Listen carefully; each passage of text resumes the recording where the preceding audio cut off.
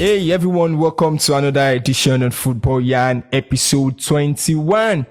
And I am Toby. It's Football Yarn podcast again, where we bring you all that has happened in the world of football. We yarn in conversation and we just talk about football, where we talk about the hits and all the latest and greatest news. Oh man, it's been a great week already. UEFA Nations League just finished up. And Club World Cup is about to kick off, and in a ton of action in between, some transfer scene as well. We witnessed Leroy Sane move from Bayern Munich to Galatasaray, and I'm still sure we still have more to come. And I'm not alone doing this. I've got Kayo Mikpo here as well, and of course Idris is here as well. The man with many names, and plenty colors. And we have one guy, he features once in a week. He just got back. I don't know where he just got back from, but he's in the studio today with us to talk everything football in Yan style. Quickly, let us pick it up from what happened with Jack Grealish. I watched, what's it called? England manager Thomas Tuchel was talking about, and he kept saying he loves Grealish up to like 4 times in that conference. No ball.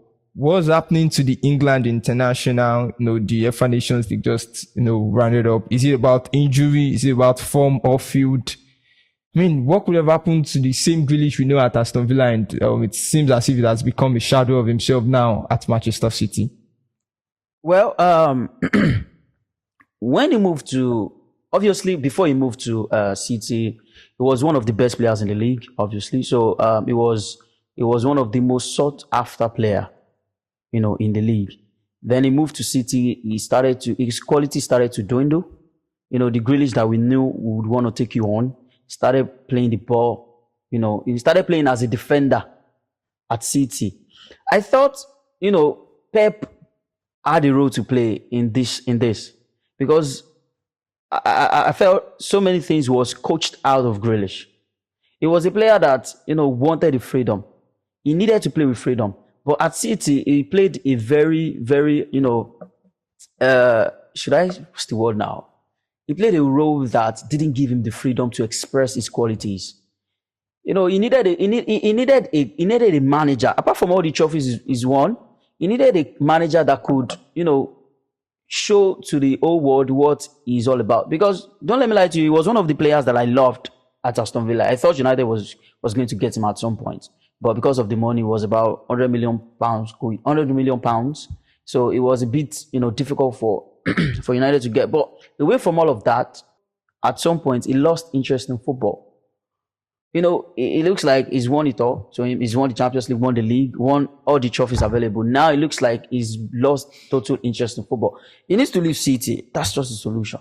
I don't think Grealish is a kind of player that Man City needs. You understand? So it's not the kind of player that Man City needs. He's a freedom, he loves free will. And if you watch Guardiola, he likes coaching. He likes driving something from his players. So and that's not Grealish. So Doku coming to Man City, this thing, Doku finished him because Doku exposed him to Doku can take one-on-one player. I can't have Doku and you are telling me to play Grealish. Why would I play this? I'm not dumb. So I will play Doku now. So I just feel like in the first place he made the wrong move to Man City, and he wasn't supposed to make that move. I don't know why he made the move.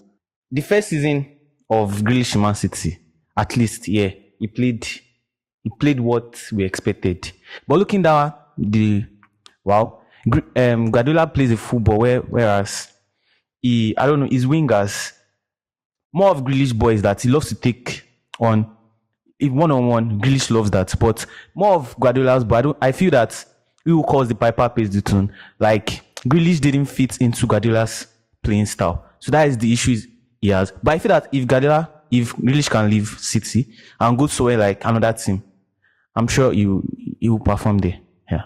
No, it's not Grealish. Grealish is a very brilliant player. Yes, Guardiola plays this kind of system of football that you have to fit in properly. But obviously, what you said, if you have Doku, I would actually start Doku instead of Grealish. But at the same time, Grealish is a very brilliant player. if you're talking about is it a mistake that he made when he went to Man City? No, it's not a mistake. I feel like that period he really shined in Man City because this is not the first time. He has stayed there like over 2 to 3 seasons now. So I feel like the time the new players came in, because this is football, he has to keep evolving and evolving. So the fact that you see Doku, you see Savino, you have to start them because they are ready to take on players. And also lack of game time also played a role in Grealish low-key downfall. But I think Grealish can still make a great impact if he moves on that club. Because I can say, as a Man City player, as a Man City fan, I really don't think Man City is where he belongs anymore. He should find a club that he will at least have his game time, and you will see Grealish be back the same way we know him. Do you understand? So it gets to a time when I don't remember my City Grealish as a Man City player again. I just remember him as a favorite haircut. So I just remember him as that with that haircut. Like, oh, this guy, this haircut, Man City player. So All right, guys, quickly let's quickly move on from that to talk about another thing that might turn out to be like another Jack Grealish, Florian Wirtz. Is he overpriced or overcooked? Some say it's the future of German football. Others just say it's just the well packaged hype. Someone was talking on social media and talked about when Cristiano Ronaldo was 17, there was nothing like TikTok then. So I mean, someone saying all these players, the way they just package them in all this TikTok content, and before we know it, they are just priced up. AY, quickly, do you think Florian Wirtz, should they be banking that kind of money on him? Well, so many players are not worth what they are today. But at the same time, players, it is just more than what it is, what is seen on the pitch.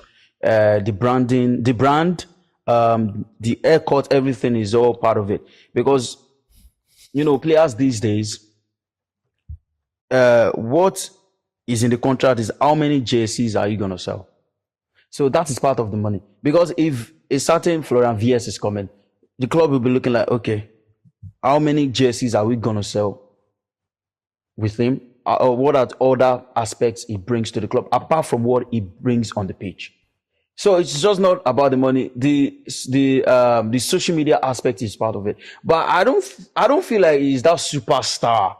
When you look at players like Neymar, Pogba, and the like, you look at them, okay, not just about the football itself. It's about,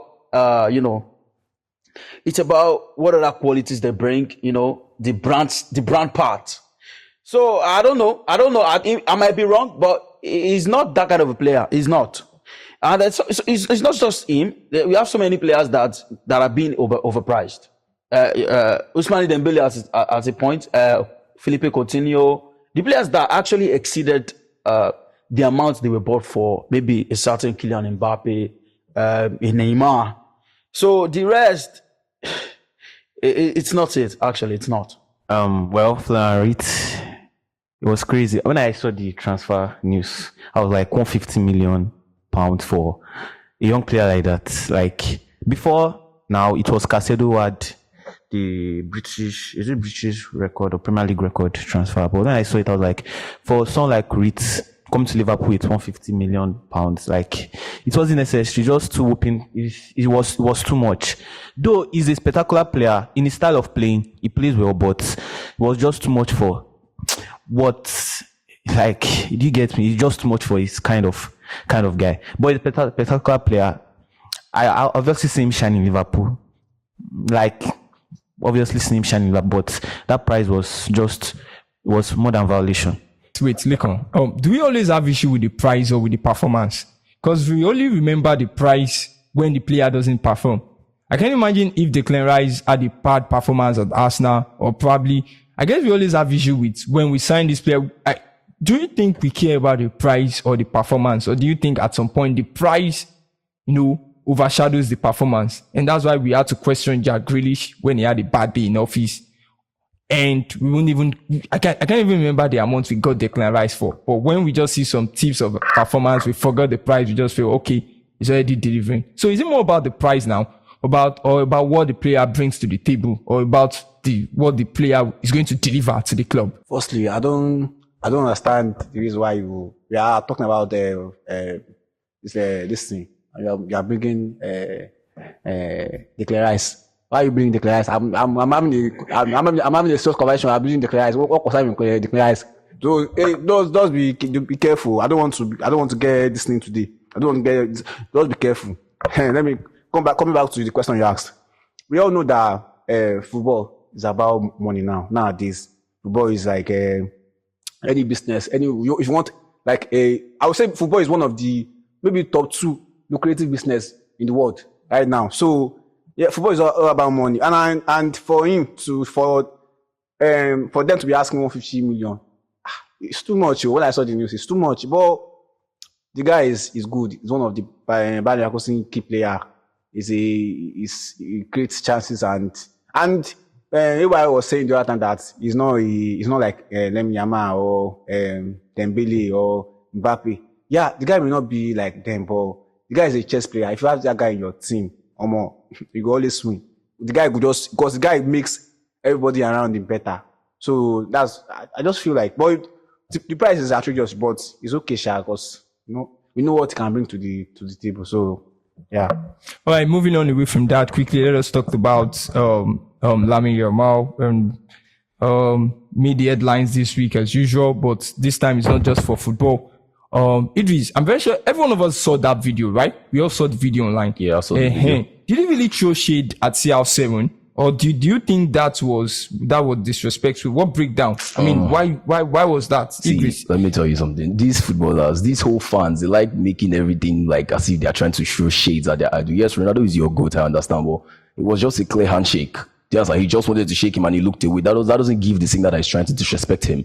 So I think because Lamine made a statement, he made a bold statement saying they will take the trophy back to Spain. People saw it. I feel like people are just trying to drag him down watch way because they know how good that guy is. Because if you see player like that taking on defenders, taking on the likes of people, and like they're putting 5 man on one person. So the fact that you see a youngster shining, that his future is quite bright. So I feel like people will try as much as possible just to take him down any way they can. So about the handshake, it's just a clear handshake. Even at times like players may be trying to shake somebody, they won't see. So I really feel like it wasn't disrespectful for me because you cannot just compare. Yes, it was a huge loss, you understand, because he wanted to win, but it's just a handshake. It's not that deep. So why do people have to make it look like the guy's trying to disrespect this and he has not won anything? Like, what are you guys trying to say? Like, he's not good? Simi, please wait. Don't worry. I'll just take this mic from here. I don't verse because Ronaldo we talk about. So I won't make you ask me the question first, but no, there's something in this thing in English dictionary, that dictionary, Oxford dictionary that I read. Then they say humbleness, be humble. You understand? He's humble. Let me talk now. I said this thing. Be humble. And that guy, I like him. I think he's one of the best players in the world right now. You understand? But you have to learn to be humble. When you are coming here, you are playing with Ronaldo. You can't be saying, I will beat Ronaldo with this thing. And you not deliver. He has made 2 this thing like that now. That he didn't deliver. In Champions final, he made it we win this. They didn't deliver. In this thing too, they didn't deliver. So don't just come here. See, and for him to be saying that see that guy disrespected Ronaldo. I won't lie to you. Look at me, EY and Toby. Look at me. Anybody that is looking at me, look at me. He's disrespected. I don't want to care. See, I don't want to hate that guy because I love him. He's very good. He's one-on-one. Like what Wingard does, he do it. You understand? So, but don't say that this guy. You learn to be humble. Don't carry your face and be saying anything anyhow. Thank you. I just thought it was being micro-scrutinized. There was nothing serious about the video. He was shaking Ronaldo and also trying to shake, I think it was Jota or someone.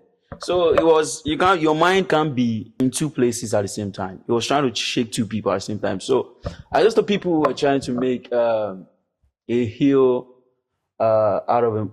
What's that word now? Is he a hill out of a mountain or a rock out of a mountain? Whatever it is. But the truth is, it was being micro-scrutinized. There was nothing serious about that video at all. Okay, guys, quickly, let's quickly move away from that to managerial comments and tactical impact. The men in suits are speaking, but I want to ask, are they making sense? Tuchel statements on Jude Bellingham, fair critique or just AY, let's pick it up from you. I mean, we saw what Tuchel said. Tuchel didn't hold back on Jude Bellingham impact, but I mean, was it just a dig from a frustrated boss, or we're just the one just reading too deep between the lines? I actually thought it wasn't something serious, but at the same time, it depends on how the player, try to understand the statement from the manager.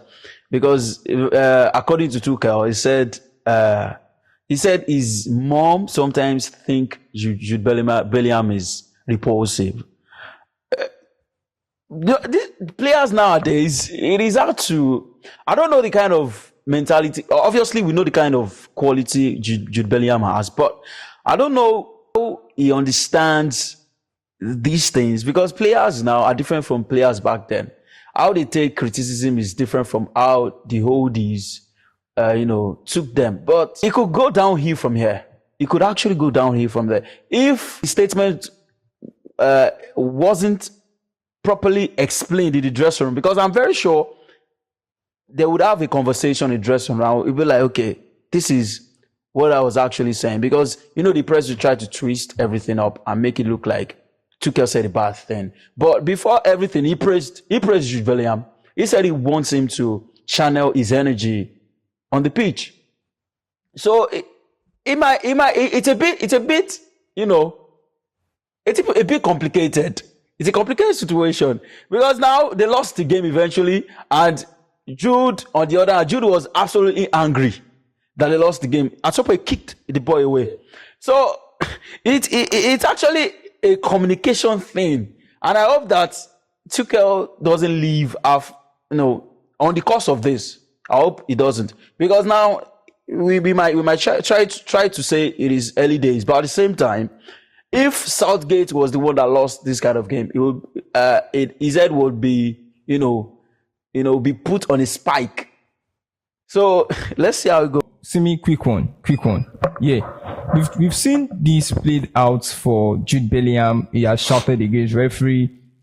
We saw this played out in their loss against, what was it called? We saw this played out in their loss against Spain in the final. So you see these explosions towards the referee, and you see the anger in the game as well.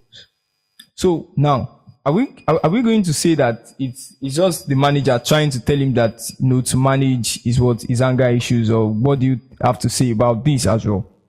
Well, Jude Bellingham as a player, he has that fire, he has the rage.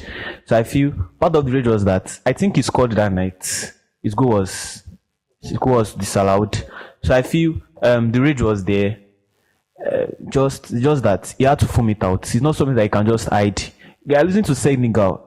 At one point, I thought he was even friendly, but losing to Senegal, England, the whole team losing to Senegal is kind of wild. So I just feel he had to foam it out. It's not something. It's no emotions that can be hidden anywhere. You just have to foam it out. So the rage has to be there. All right. No, wait. You said you're losing to Senegal. See, our African teams now, the players we have in Africa in general, are not the type of African players they knew before.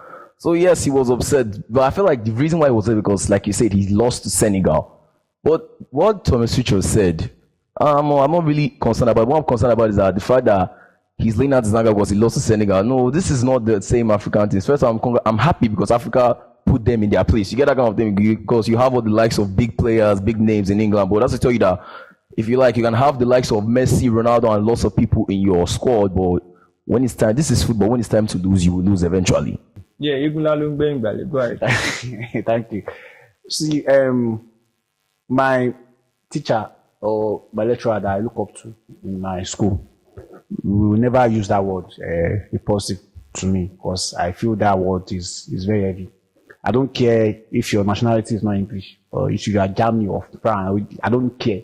I don't want to care. You are here in England. You are coaching me. You are using that word impulsive to me. I'm one of the big players. I'm one of the big stars. And you are using that impulsive. You know what the meaning of impulsive? When you say someone is impulsive in this, it means the taste, disgust. I'm disgusted by you. I'm disgusted by your attitude. So to me, you could have said that. Oh no, okay. He was angry too that they lost to Senegal, which is Senegal. Senegal is not small. Oh yeah, they are not small. But you should not say So you cannot say it that you are impulsive. Why you said you to me, if I'm the player, I mean, I don't even want to care what you have to say in the dressing room. My head is not correct again because of that statement. That just one this thing that you just said, impulsive. Why will you say I'm impulsive? I'm not impulsive. Why you say I'm impulsive? Okay, you see, I think when I'm looking at this, like when he has this kind of attitude to or behavior too, that whenever you lose something or whenever they are playing well and things not going well for them, he gets angry, and that's what make a player. So you can't just say that's what make a player. You can't say this thing. You have to drop it. You don't have to do it again. Oh, that's what make that's him. But the thing is that you can just tell him that you have to control your this thing. You have to just minimize or this thing. But you don't have to say that word. You don't have to use that English. And people are just giving you a excuse that because you are German. You are German. You don't know. I don't want to say anything that this thing provoking. I'm sorry. But yeah, let's take, for instance, if it was Jose Mourinho in charge of England's team. You know, Jose Mourinho is more raw than Thomas Tuchel. We all know that Jose Mourinho is more raw than Thomas Tuchel. And if Jose Mourinho wants to talk, he will talk without looking at any. So Tuchel saying that he's not in any way instigating Jude Bellingham. It's just like, how will I say it? He's saying this in a way that, okay, next time, I want more from you. That is the way he put it, but... You starting. He didn't even say it directly. He said his mom. So it wasn't... His mom that is coaching... His mom is coaching England. He made an example. Tuchel said if watching TV with his mom.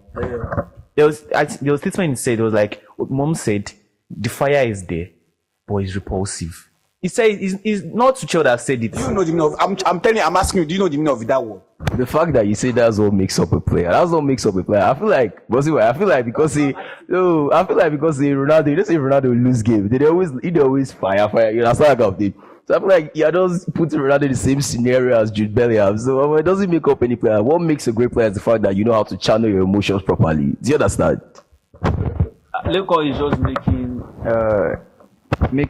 what was it called, a mountain out of a molehill.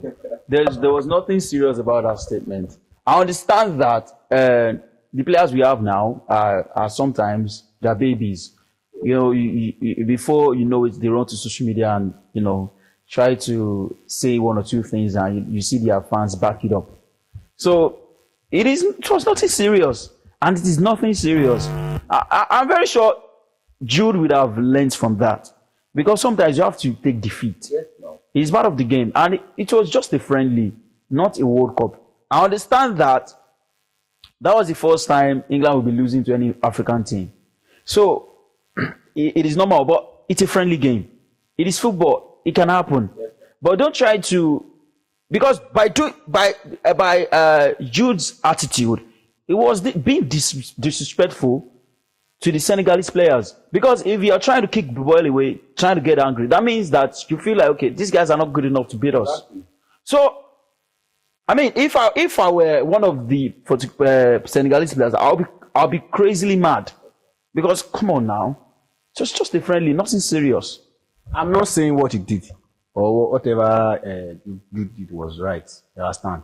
But I'm saying for a manager or a coach, that you still want to manage me. For you to be saying that, you can see. You can even come to dressing room and say, this guy, you are actually repulsive. That's what we win. Yeah, you don't have to come to me there and be saying, my mother thinks your mother coaching me. Why are you saying I'm impulsive? No, I'm not saying you can. Okay, if you want to, say that this thing, you can put it in another, like with another phrase that you are too emotional and you have to control your emotion. This thing. I know what you did was wrong. You did it again. You did it in Madrid too. What you did was wrong. But this thing. But you don't have to say I'm disgusting. I'm distasteful. You don't. That's what that word means.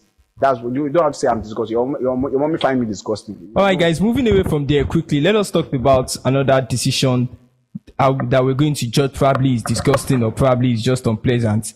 Do you guys think Tottenham have made the right decision with Ange Postecoglou? What's the name again? Please help me. No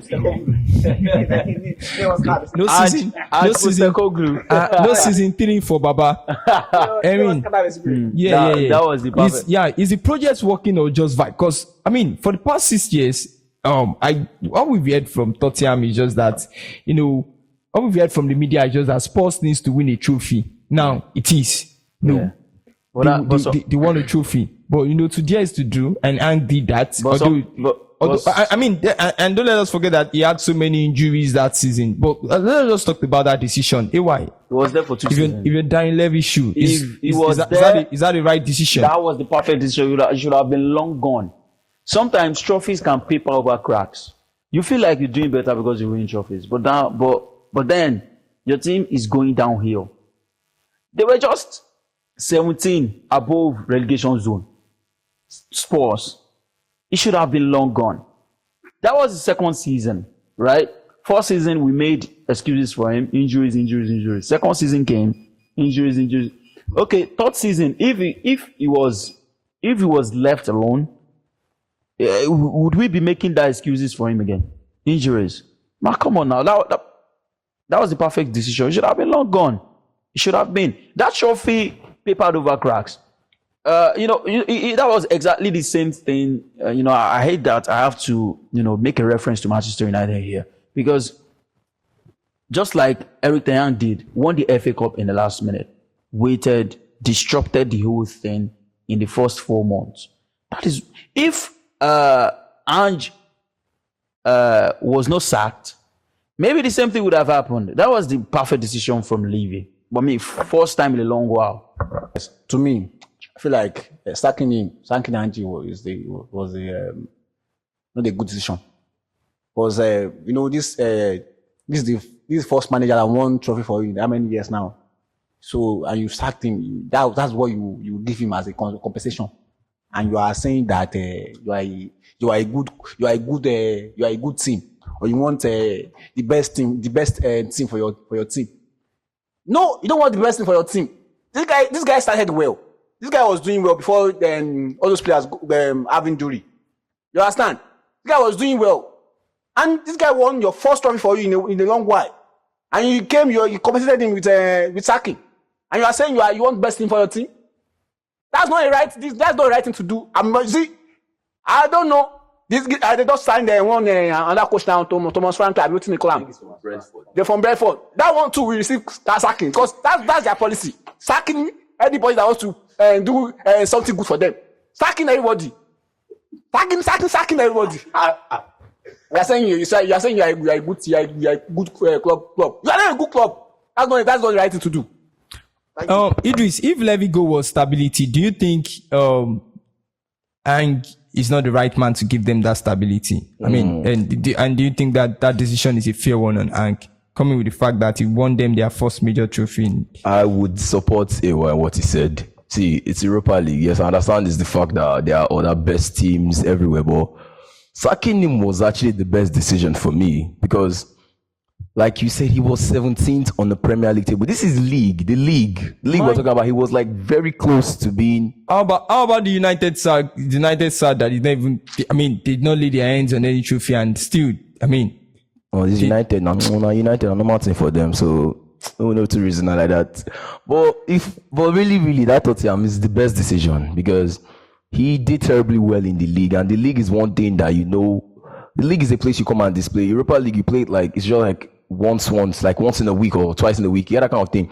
But sacking him was the best decision. The fact that they have to make the team grow, because they are letting other players come in, so they have to have a new coach who can stabilize the whole team. So sacking him was the best decision. And that Brentford manager they hired, I don't really think he's also the best man for the job. But at the end of the day, he did good things with Brentford. So let's see what he can do with Tottenham. All right, moving away from that quickly, let's talk about England's loss. Let's come back to England's loss to Senegal. What message should Jamie Carragher take home? I guess this should put some kind of respect mark on African teams. So is this just or should we just say that, okay, it's just a friendly, there's nothing much to it? Also, that's Senegal. First off, congratulations to Senegal, because I feel like England has been making a lot of noise. I'm not trying to hate too. I'm not trying to hate just because I'm from Africa or something, but I feel like they've looked down on African clubs, like African in general, for a very long time. And Senegal putting a needle through their brain is actually the best thing to do, because if you look at England feels like, if you even look at the way England were playing, they were like, if you see the way they entered, they started the game, they were like, it's just Senegal. Do you get that kind of thing? So the fact that they put 3 past them, that's the best thing. So as for Jimmy Carragher, I think now he needs to start taking every word he says back, because he said Mohamed Salah, like in the last episode, he said that AFCON is not the decider for Ballon d'Or, if I recall correctly. Remember what he said now? He didn't lie. I know it's not, but he also looks down on African in a way. That's another. But I'm not sure he lied, because Ballon d'Or is a French award, right? And before now, it was only being awarded to players playing in Europe. And if Euros was if a player like Mbappe is gunning for the Euros and a player like Salah is gunning for the AFCON, and obviously Ballon d'Or is being awarded in Europe, Mbappe will obviously win it if he eventually emerges the winner of the Euros. So he was right on that. But kudos to Senegal, because this is not the first time they will be pulling down giants. I remember in 2002 when they beat France. I don't know if you guys remember. They beat France in that tournament. They've shown that they can compete with the best in Africa. Them and Morocco. Whenever they go to Europe, they go against European teams or go play against them in the World Cups, they've shown that they have what it takes to compete with these guys. So, and they showed it again against England, becoming the first team to beat England. So, becoming the first African team to beat England. So, I mean, they did a fantastic job. Going 1-0 down, coming back to beat England. I think the game was played in England, right? Yeah. So, beating them on their own turf. So, I mean, that was a commendable job. They did a fantastic job. To me, firstly, I would say I'm happy for my African brothers, my African this thing. Some people will say I'm doing politics now. I don't care whatever you want to say. I'm playing politics. I'll start my politics. It's my politics. It's not my politics. So I would say I'm happy for them. Senegal, beating England team. How do you say it? They trash them. They destroyed England. And the first time this thing, the African player, national team will destroy anybody in England. They destroyed them. I'm happy. See, and Jamie Carragher, I don't know what his name is again. You should not underestimate African teams. You understand? Saying that African is not this thing. Is a mid this thing trophy, or is not something that is to write home about. Is this thing. He should take back his word and he should eat it, and it should not he should not digest it. Thank you. All right, let's talk about Robert Lewandowski. No doubt, Poland legend.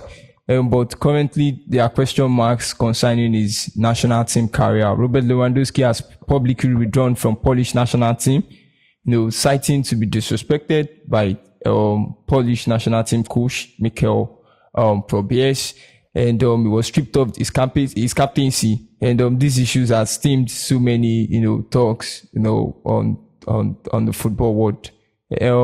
Quickly, Simi, how do you think this should have been treated? Well, what's going on? Who's betraying who? Between internal conflicts or just poor management?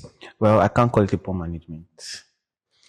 It just feels an internal conflict, because before the new coach got in, Robert Lewandowski was the captain of Poland team. He started every game. So him getting the new coach getting in is not a problem, because I don't think he has coached.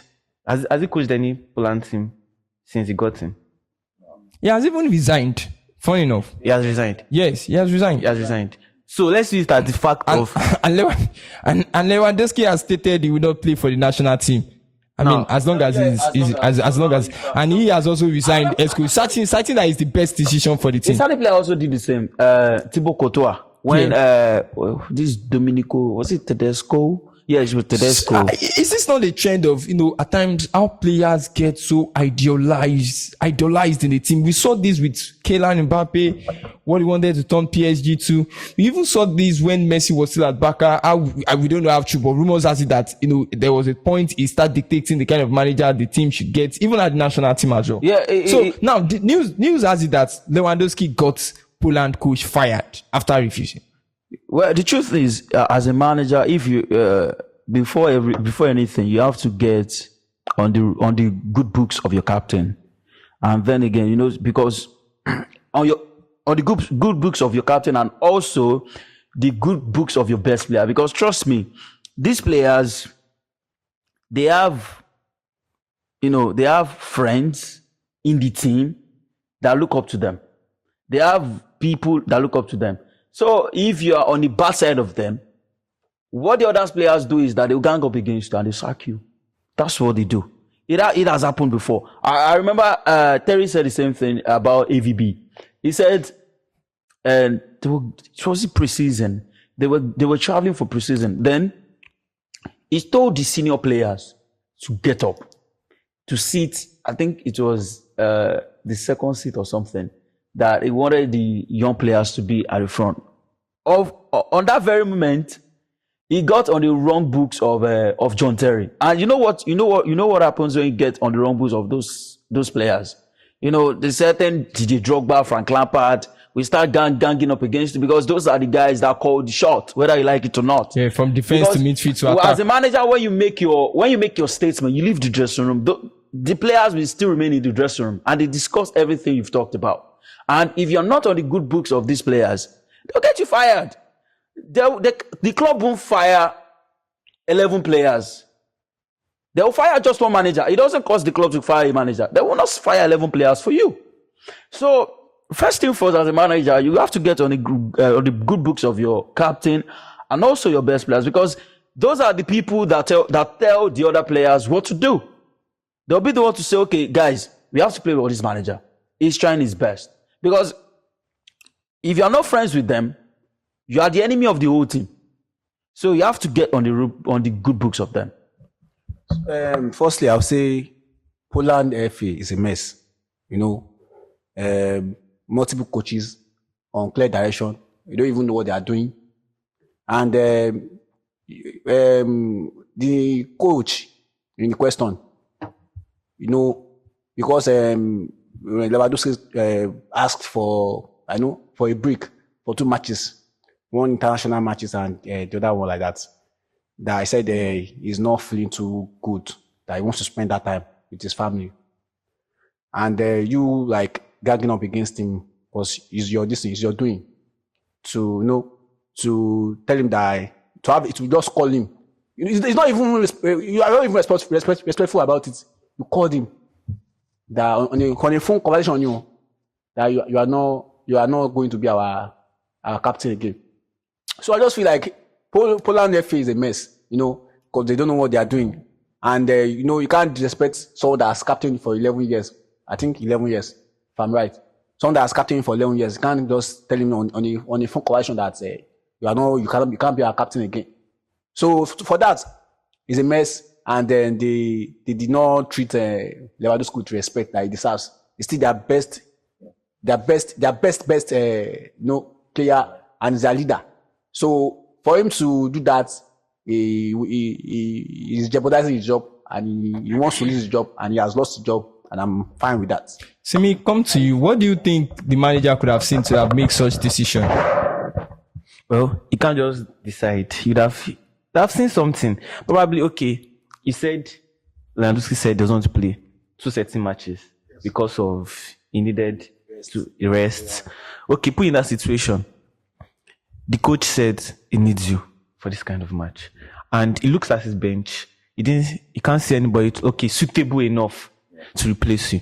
And he comes to you, please, I need to play the game, but you're saying no. Then at that point, I feel Lewandowski was feeling too big. Matches are not important now. But he says, they're friendly now. Okay, yes, they're friendly. But at that point, he needed Lewandowski to be there. He needed him to be there because probably there was nobody else to replace him, suitable replacement. So I feel at that point, from one perspective, I felt the coach felt Lewandowski was having that kind of pride. He was feeling too big that, okay, yes, so without him, the Poland team will continue. So I just felt he had to make this decision that, okay, yes, so if you are feeling too big, then I also have my powers that, okay, yes, I can be the captain. But also from the coach side, it was wrong. If it was possible that, okay, he has sat Lewandowski down to at least discuss some internal issues that, okay, yes, so fine, you want to be with your family, but also we need you in your Poland team. Let me just arrange things. Would have been more better now than him getting sacked and losing his job. He didn't get sacked. He resigned. So, But I support what you say, really, really. Some players intend to feel too big. I'm not saying Lewandowski is not a player that has big names. Yes, he's very good, but you cannot be bigger than the team, no matter how far you come. If a manager tells you this, tells you that, he's in charge. He's the one that he's the one that calls the shots. You cannot tell him when you want to do something, when you want to do that. Yes, players don't get enough rest and time with their family, but at the same time, when you should know you took on the responsibility when you decided to start playing football. So that's my take. I feel like when you get to a certain stage in your career, you feel like you are there. You are the one. You are the one. See, coming back to let me even bring it back to the roots. In our family, when Lekon have not arrived, they can't make decision. You understand? Because I'm the owner. I have money. I'm very influential. So that's that. So coming back to club now. When you're talking about Barca then, you understand? You can't talk about Barca without talking about Messi. Yeah. So, and when you're talking about Poland, you can't talk about Poland without talking about so I think you have to build your career and you have to get to that, that this thing in your career to just like to make a demand to your this thing, to your team. So, and I think he has the right. He has all the right to say anything because he has proven himself. He's one of the. I think he's the best goal scorer for them. So you can't just come here in job because of 2 matches or because of 4. I don't even want to care about the matches and just say you want to strip the by this in hand of me, and that's not right. And you want to resign. You have to resign. You have resigned, and we like it. Okay, guys. Let's talk about Portugal. They just Cristiano Ronaldo. Cristiano Ronaldo now we do Portugal deep dive. Cristiano Ronaldo lead Portugal to another UEFA Nations League, trophy just over the weeks, some days back. And the question has still arises because this man is still interested in playing the next World Cup, USA 26. So now the big question mark is: can Ronaldo still lead Portugal to World Cup glory? yes, he can. Because when you look at the options Portugal have, they are not at they are not on same pedestal as Ronaldo. He scored 89 games for Portugal in the Nations League. That is phenomenal for a 40-year-old footballer. So he still has the quality. The thing is, Portugal just need to play to his strength because obviously Ronaldo doesn't have the energy. He doesn't have the legs like he used to. But he still has the brain. Because if you look at this goal he scored against Spain, I can bet you not many footballers could score that. It looks simple. Yeah. But he needed brilliance and IQ to be able to execute such movement. Because he just shoved Cucurella a bit. That could never eliminate or could have been spotted by the referee or the VAR because it didn't look like a foul because it was just a little shove and another player could have tussled with the ball with what's it called with Cucurella, but look at that brilliance. So you look at the options they have, man. Joao Felix, Gonzalo Ramos, come on, it's Ronaldo. So obviously it might be his last World Cup, but it looks like the guy. He can still score goals. He still got the ability to score goals. This is Lekon talking. Now this is Lekon speaking. I want to speak. No, I want to speak. Ronaldo, you all know Ronaldo is my favorite player in history. And some people or I saw some journalists or some people, they have been saying stuff that, ridiculing Ronaldo and saying stuff that are very, hurtful. So see, this guy has won 3 trophies for you. He played his part with you. He collected. He put all these all these feelings, emotion inside your this thing. I'm saying with that kind of a person that is putting all his emotion and someone that wants to win it. And see what it means to him when he won the national nation league. What it means to him. See how he started. See how he cried. So you can't just come here and say the person or that figure, this thing, personality, this thing is not needed. You know, where Ronaldo he may be 40, but he's still good. You can't say Ramos have been waiting to call him. You can't score that goal that Ronaldo scored. This guy is still your best shot. If you want to win anything, if you don't want to go home early. See me quickly. Let me come to you. Do you think Portugal would actually perform better without Ronaldo? I mean, with the absence of Ronaldo, provide more fluidity, more pace. Because I was talking about how he's lacked pace, how he's lacked energy. Do you think that's going to give the Portugal side more pace, more positional interchange? Is Ronaldo the reason why Portugal can't really, go into all that full pace? Well, let me start from off field. Off field, Ronaldo has the leadership.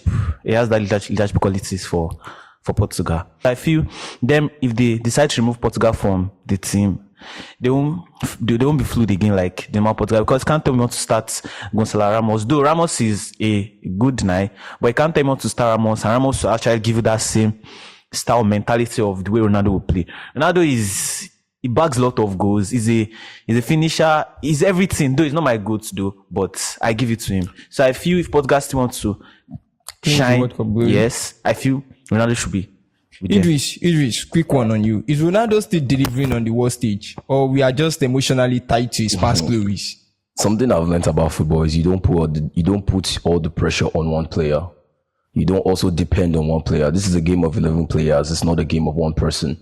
Ronaldo is very good, yes, but at the same time, he cannot do it all by himself. He needs the support of the players and everything. I look at think, okay, if we put in this scenario, if Ronaldo leaves the national team, are you trying to tell me Portugal won't still deliver? Portugal will still deliver as usual. It's just that Ronaldo, I'm not taking anything from him. Yes, people look up to him. Players on the field want to be like him.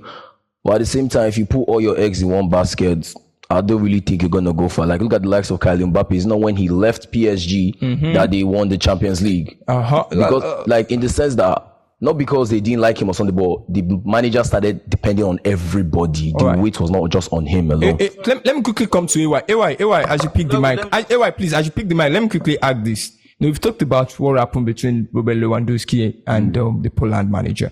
Do you think Roberto Martinez can really bench Ronaldo when the moment demands it? How will he be able to handle that politics, that PR, the fan pressure? Don't you guys think probably he's trying to avoid the fans pressure, the politics, PR? Don't you think that Portugal hand is being touted by Ronaldo's superstar status? No. You have to ask yourself. Can Roberto Martinez bench Ronaldo? Do you think? What do you think? Would that not be the aftermath of what we see played out with Robert Lewandowski? A certain manager benched Ronaldo and he couldn't deliver. Fernando Santos and he got fired.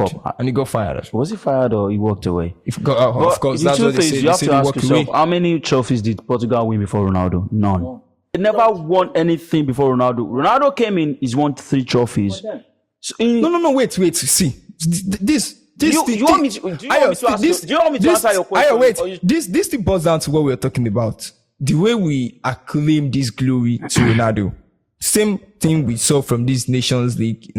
Of course, it's called in the final, and it makes the whole team seems as if is the one. Okay, yeah, Toby. Let me ask you a question. Portugal teams has been around for how many years now? Before Ronaldo? At least we watched the first Nations League. They've been around. It was even out of that Nations League, if you remember. Toby, do you want me to answer your question, or you want to? No. You're asking me a question. I'm answering your question. Okay. Do you want me to answer your question as well? You asked me a question first. Jay, you said you wanted to ask me a question as well. I said okay. I'm asking you now. How many years? How many years has the Portuguese? No. Let me know his face. I'm asking you. Just me. Okay. How many years has the Portuguese team been around before Ronaldo? Now. I don't know. Over 50 years now, right? So before now, they've had a certain Eusebio. They had a certain Luis Figo. Ronaldo came in, right? Won them their first trophy. the European Championship, scored a lot of goals. Was the second highest scorer behind Griezmann. The first Nations League, because they were the first country that won the Nations League, scored a hat-trick against Switzerland in the semi-finals. Okay, was it semi-finals? Yes, it was the semi-finals before they played. Was in the Netherlands in the final. He didn't score, but it was vital in that run. Yeah. In this, the last one they played against Spain, he scored in the final, scored the equalizer, gave them something to fight for. Even when he left the pitch, you could feel that someone just left, because immediately he left, the attack died. It absolutely died. You cannot remove the importance of Ronaldo. Ronaldo is not Lewandowski. Wait. Just 120 seconds, please. Let's go back to this. Let's go. Okay. I'm sorry. Let's go back to this. Let's pick it up. Let's talk about Euro 2016. Yeah. Oh, so technically, it did lead them to their first major trophy. Yes. But there's more to it. Let us dig deeper. In that same final versus France, Ronaldo got injured in the first half, around 25th minute, and he had to be subbed off. Remember how solid Pepe was in that final? Remember how Renato Sanchez was in that midfield? I remember a certain Rui Patricio who made massive saves. In fact, if you can still play back to that final, we would have it that France were just unlucky. Please. We have it that France were just unlucky, and a certain. Are you asking me a question now? Because this looking like I'm trying to. You're trying to. What I'm trying to say right now is that is to point us to the fact that if Portugal comes to World Cup USA 2026 and win this World Cup, we're still going to acclaim all this glory to Ronaldo. Yes. That's what I'm saying. It's like he's just taking the whole glory from the team. Let me answer your question. At the end of the day, what is the most important thing in football is what? Score goals. Because no amount of times you try to defend, you have to score goals to win. What I'm trying to say is that. So let me talk now. What I'm trying to say is that why does Ronaldo get all the credit? You're still interrupting me. Yeah, let me answer your question first. Because it's going through that route of why does Ronaldo get all the credit? I'm not. Because if Portugal had won something for Ronaldo, I would have accepted your thought. I would have validated your thought. But now, before Ronaldo, there was nothing. And after Ronaldo, when they won something, why does all the credit goes to Ronaldo? During the time of Ronaldo, they've won 3 trophies, and Ronaldo was not a passenger all through those competitions. He took them to the final. In the Euro 2016, Ronaldo single-handedly against, was it Hungary, where it looks like Portugal were almost out, scored 2 goals. Against Wales, at that time, don't forget, Wales just knocked out the golden generation, Belgium. They were in the form of their lives. Ronaldo buried them, scored brace to take Portugal to the final, and he already did the job for them. Someone else needed to step up. Ayo, did Ronaldo win Portugal that trophy? He did. Wait. Did Ronaldo win Portugal that trophy, or did Portugal win it for Ronaldo while he watched from the sideline? No. Wait, because it's looking as if we are rewriting history for the GOAT narrative. No, I'm not. No, that's what it's looking like. It's looking as if we are rewriting history for the GOAT narrative. If I'm trying to cook up something, there would not be facts to back them up. There are facts to back them up. There are facts right there to be checked. Ronaldo scored, was the second best player in that competition, scored the most goals behind Griezmann. He was not a passenger. Every other player needed Ronaldo. It was like having one person and 10 other sticks. We remove Ronaldo from that team, and Portugal are not going anywhere.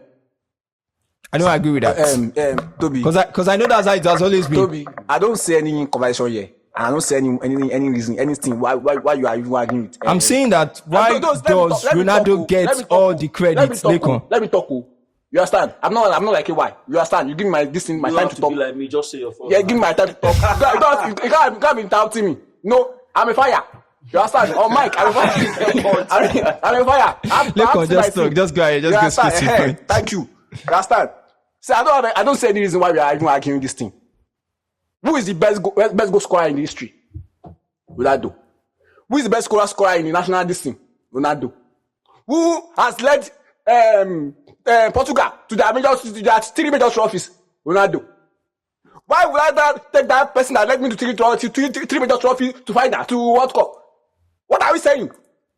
You are coming here. What we are saying that- No, wait. what we are saying- You are coming here saying everything is Ronaldo. That they are giving too much credit to Ronaldo.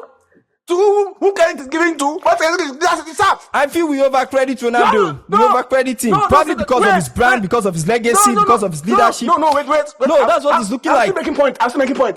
Do you understand? Let me finish. Before you tell me. You understand? I'm saying Ronaldo is the best. You understand? See, if without Ronaldo, Portugal are nothing. That's a lie. Portugal, see. He just See, you want to compare that one that has one leg. quickly. You know, want to compare that? See, wait. Another thing we've seen so far. You want to See, compare that one that has one leg? another thing we've seen. That has one leg. That's what we're saying. Want to play them? That I see. You know, we've had this conversation before. See, it's just like the same thing with this PSG side. You know, that feels as if without Mbappe, this team won't do anything. So, but what it's not that I'm trying to discredit Ronaldo, but I just feel that for years that we overcredit Ronaldo for everything that happens in. But you know the difference between the PSG team and the Portuguese team. Before Mbappe, they had been winning things. That is why your argument is not valid.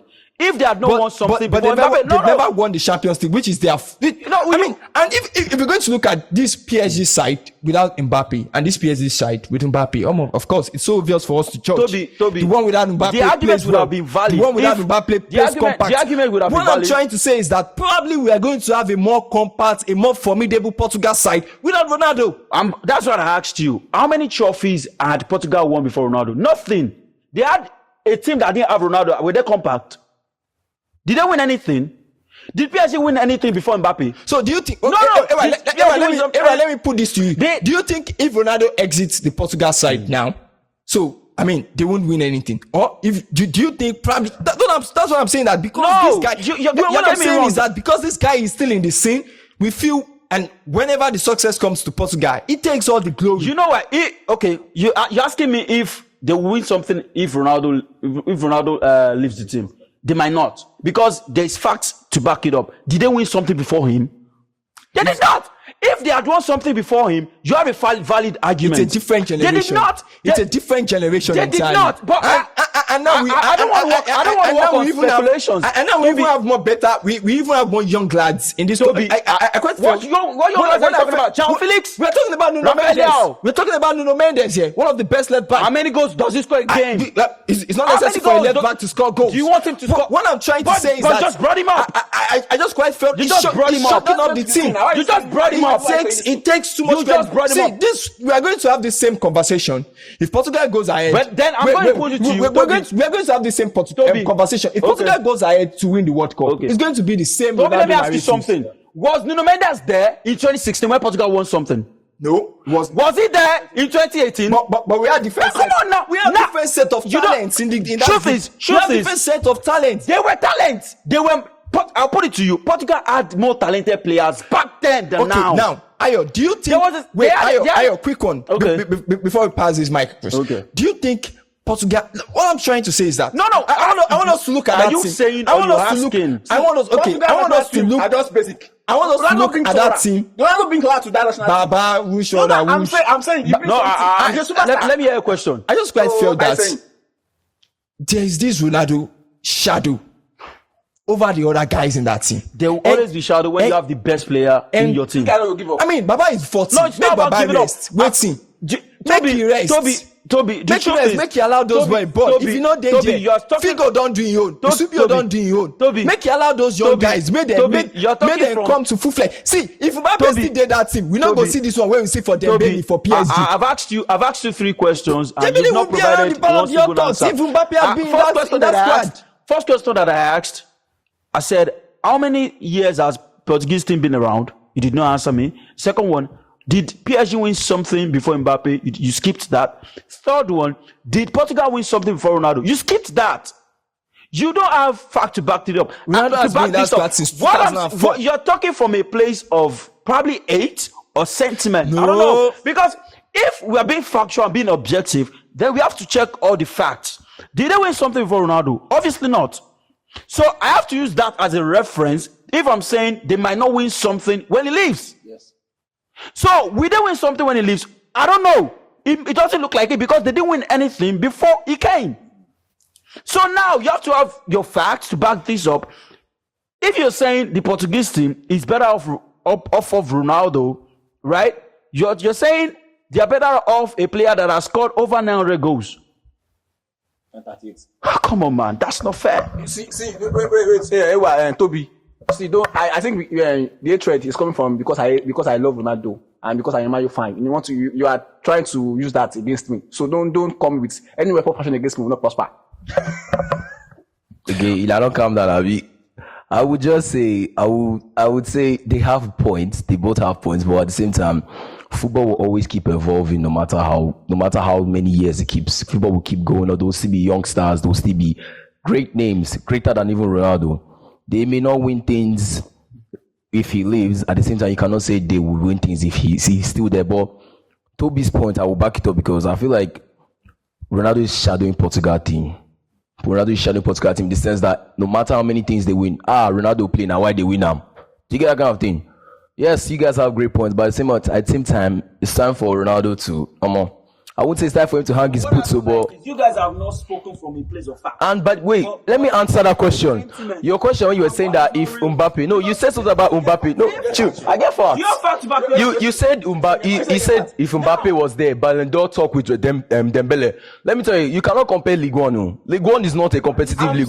No, that's what I'm trying to back up now. Would you let me finish? Would you let me finish? If Mbappe was there, you said he made a point. It was like Mbappe that they like, have they won any international trophies? Like, do you get my point? Like he was trying to make with Champions League. No, I'm trying to make my own points now. Relax. Champions League. When Mbappe was there, I'll tell you the fact that the manager then was depending on Mbappe. Now you see the likes of Mbappe has left. I'm linking it up to Ronaldo now. Yeah, you see Mbappe has left. Now you see every player is doing their work on the field. Well, now people are trying to make it seem like, League 1 is not competitive.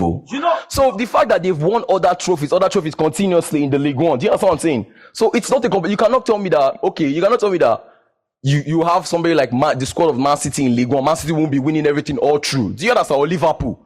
So I'm supporting my fact. It says that you know why your argument is not a bit valid to me personally. You know why? Because comparing a national side to a club side is not fair. Because for a club side, they have money to correct their mistakes.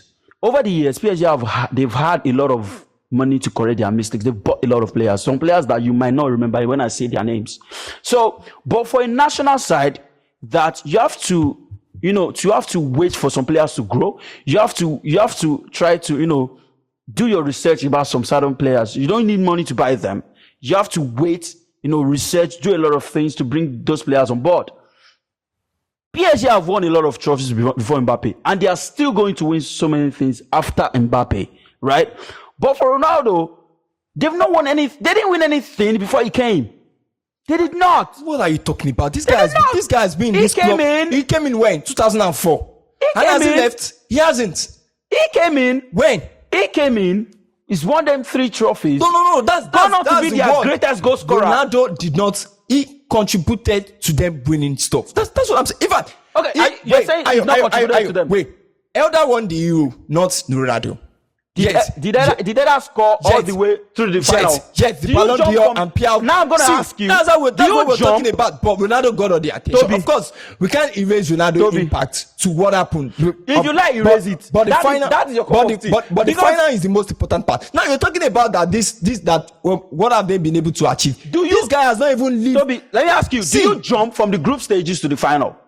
Do you not win to the final? Ronaldo didn't make Portugal champions on their way to the final. He made them predictable. So what I'm saying is that let the new generation breathe.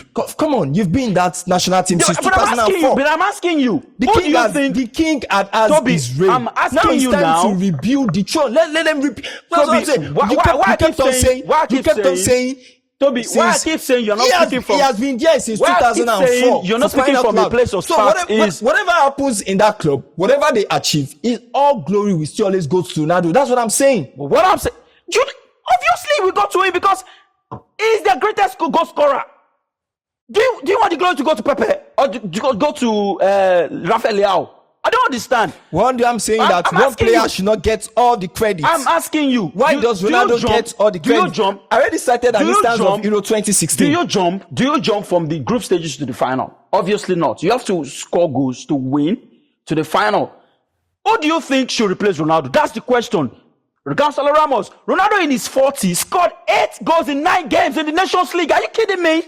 All the blood is more directed to him. We know that. 8 goals. We know that. Let me ask With you, Ronaldo, Portugal is one more against with Spain. Ronaldo, Portugal is more one-dimensional. Toby. Slow build up. Everyone plays the ball to Ronaldo. Of course, Toby, we have to agree to disagree, right? The goal he scored against Spain, was the ball directed to him? You have to be fair. Was the ball directed to him? He's the team It was leader. a deflection. He leads the attack. He scored via a deflection. He leads the attack. He leads what attack? He leads the attack now. He's not the leader. He's the leader now. Toby. Let's move on, guys. Let's move on, guys. Toby, wait. Coming back to. I was trying to see the fact. Coming back to statistics. What does Ronaldo- Ronaldo played with Portugal. No, wait. Ronaldo played with Portugal.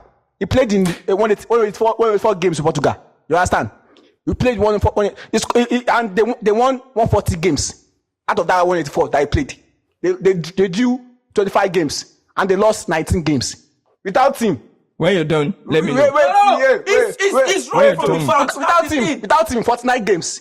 They lost 28. They won 10. And they drew 11. So they should build the team around Liao. So wait. Let me finish my thoughts. Don't cut me off. I beg, please.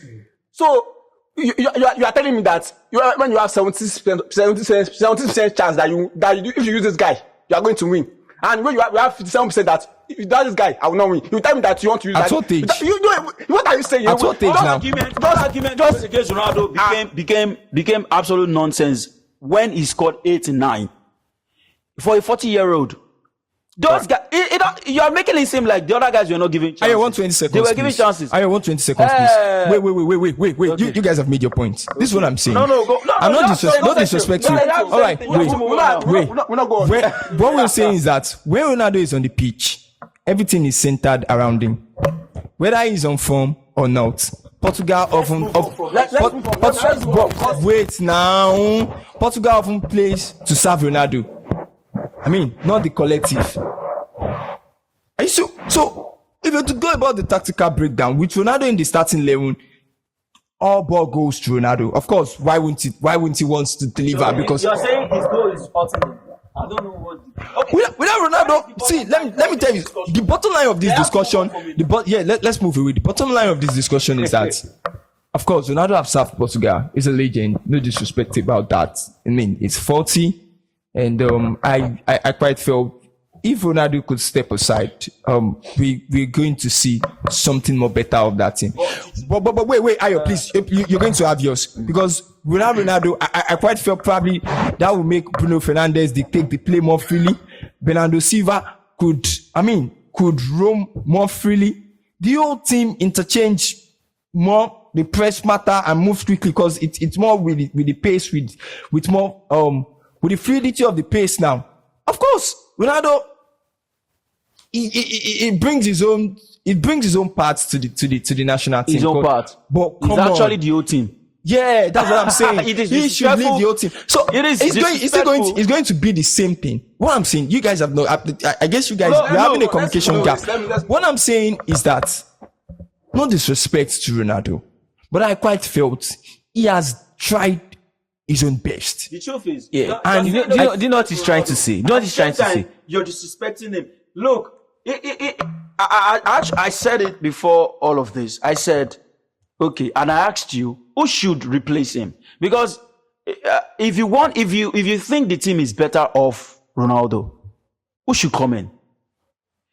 Do you bring in a certain Gonzalo Ramos that doesn't start for PSG, that sits on the bench?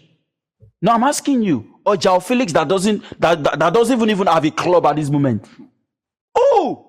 No, you have to make a valid case because if you're saying you are replacing one of the greatest footballer in the history of football, you have to bring in maybe not someone up to his standard, but someone that can, that not even close. I don't think any player in this generation is close to Ronaldo, but someone that can bring in the goal, someone that plays week in, week out for his team.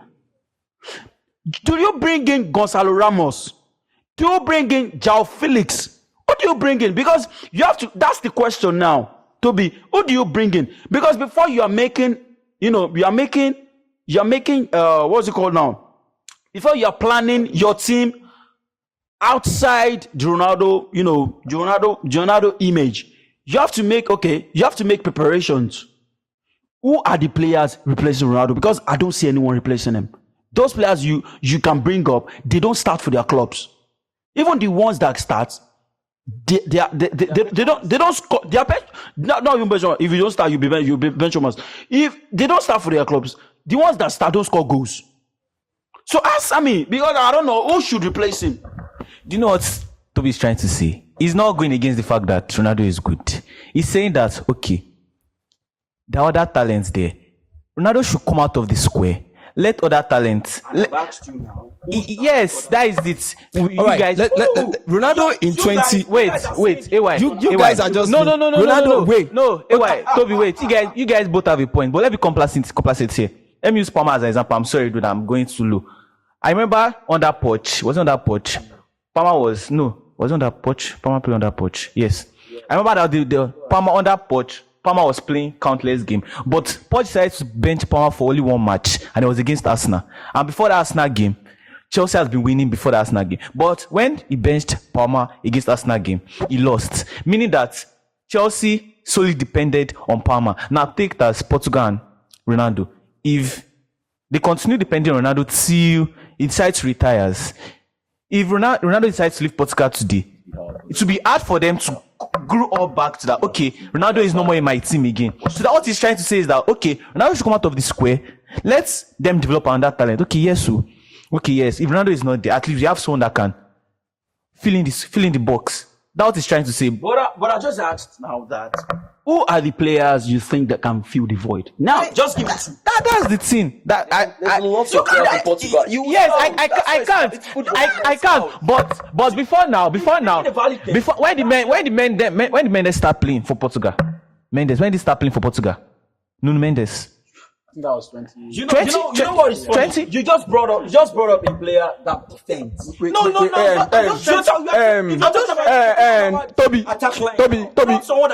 Toby, can we move on? Yeah. Can we move on? And see, I guess we're going to leave this to our listeners. The truth is, you guys are seeing the question. I think I would love to make. I think I would love to close this statement. If you give me the chance, my honorable guest. 60 seconds. I want to close this so I can just go to another topic and just say other thing. Ronaldo delivers. Don't see me with the go. Ronaldo delivers in a big stage. You understand? Ronaldo owns Portugal now. Whenever, if he's not there, they can't do anything. Ronaldo owns Portugal and he delivers. He's a superstar. That's what he does. He scored many goals. He's a legend. He's a history. Don't come here and destroy history. Let's move on. Okay, that's a wrap on episode 21 of Football Yarn. Transfer, tactics, and tension. And we've still got more story brewing.